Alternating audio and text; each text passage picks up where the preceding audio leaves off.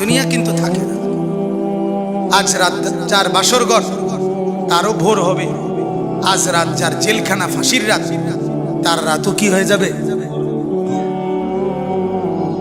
মদের আড্ডায় যে তারও ভোর হয়, আর আপনার হসপিটালে ব্যথায় যে কাতরায় তার রাতও কি হয়ে যায়, শেষ।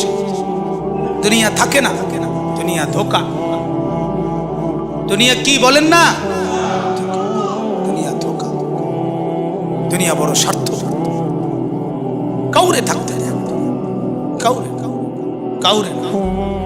বাপ আমার থাকতে চায়, থাকতে দেয়। আমার দাদাও থাকতে চাইছে, থাকতে দেয়। ধাক্কা দিয়া দিয়া ফেলাই দিছে।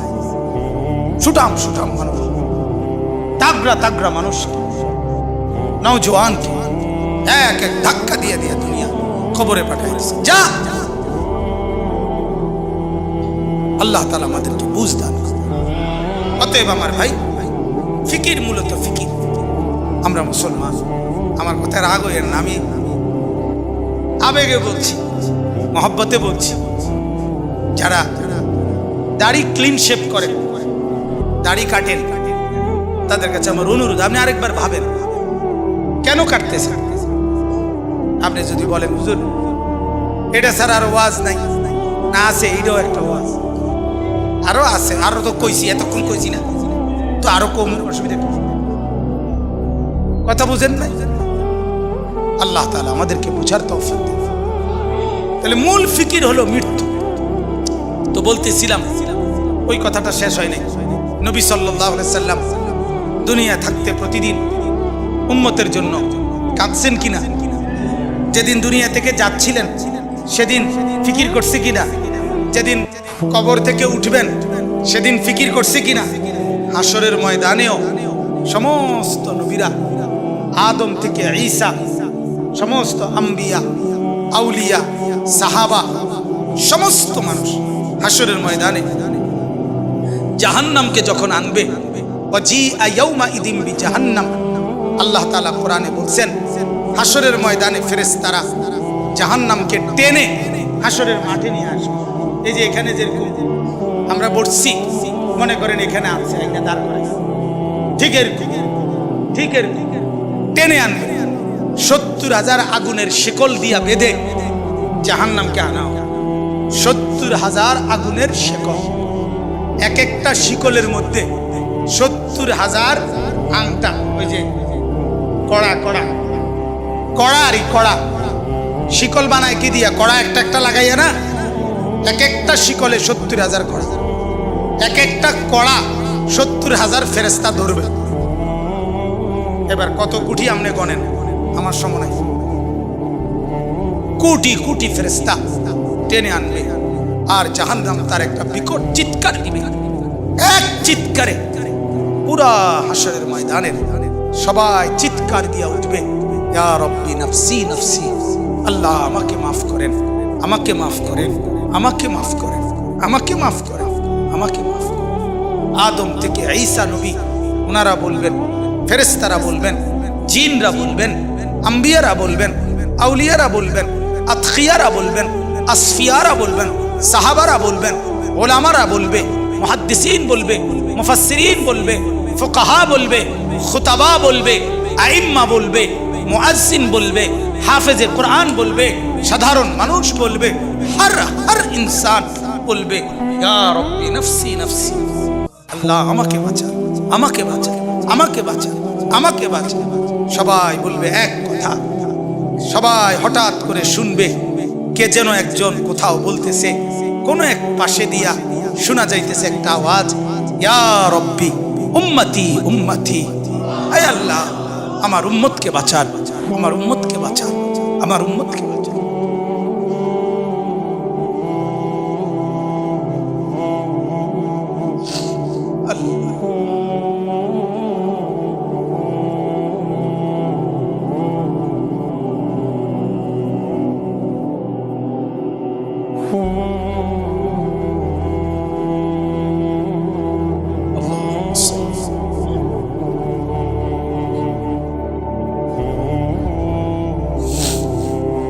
তো তিনি কে বলে?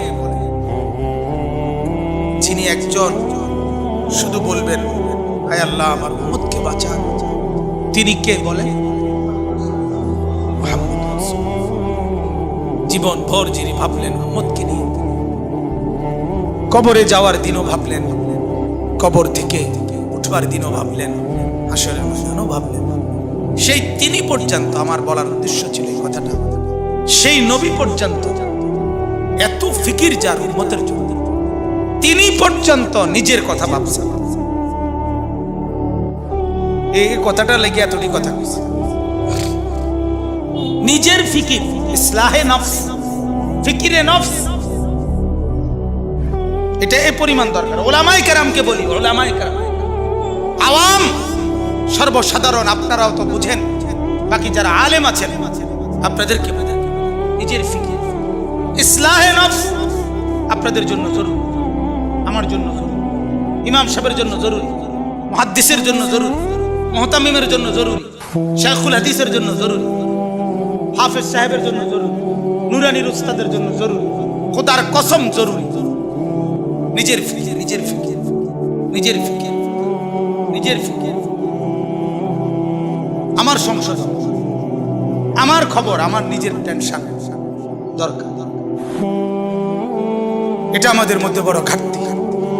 এখন ওই যে ওলামা সম্মেলন লিখছে, অনেক আলেমও আমি চতুর্দিকে দেখা যাচ্ছে।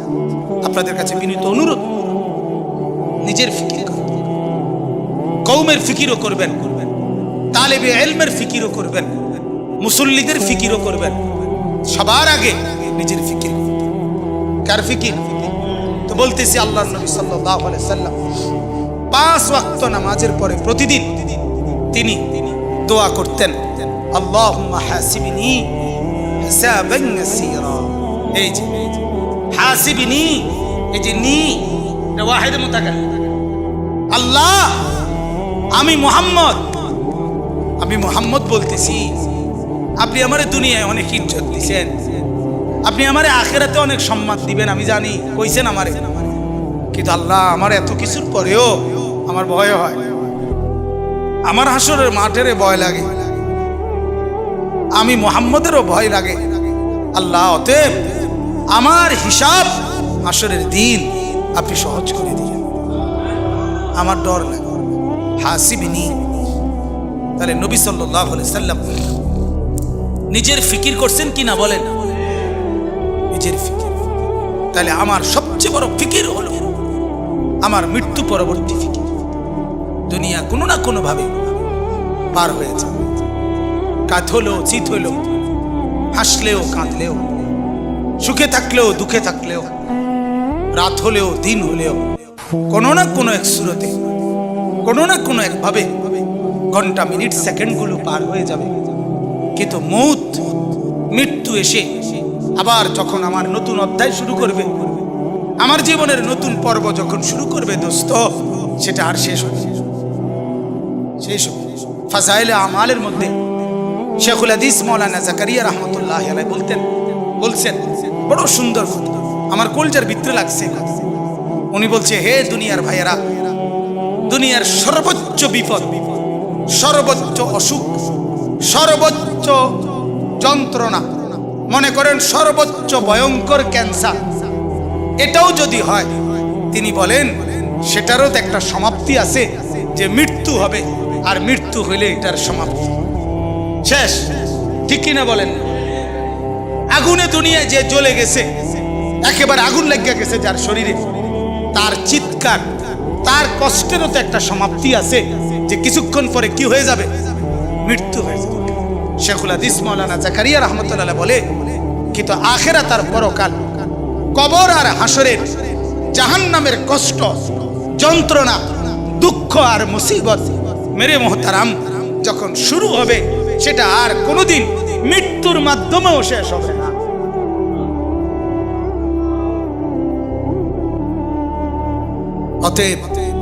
অতএব এখানে হেরে গেলে সমস্যা নাই, এখানে দুঃখে থাকলে সমস্যা নাই, এখানে অভাবে থাকলে অসুবিধা নাই, এখানে আর 10 জন সুখে থাকুক, আপনারে খোদায় কিছু দিল না, এত কোনো অসুবিধা নাই। কিন্তু মৃত্যু নামের যখন আমার আসবে, এরপরে যেই অংশ শুরু হবে, সেখানে যদি আমি কামিয়াব হইতে পারি, সেখানে যদি আমি সফল হতে পারি, সেখানে যদি আমি মাফ পাইতে পারি, ওটাই আমার আসল সফলতা, ওটাই আমার আসল কামিয়াবি। ঠিক কিনা বলেন?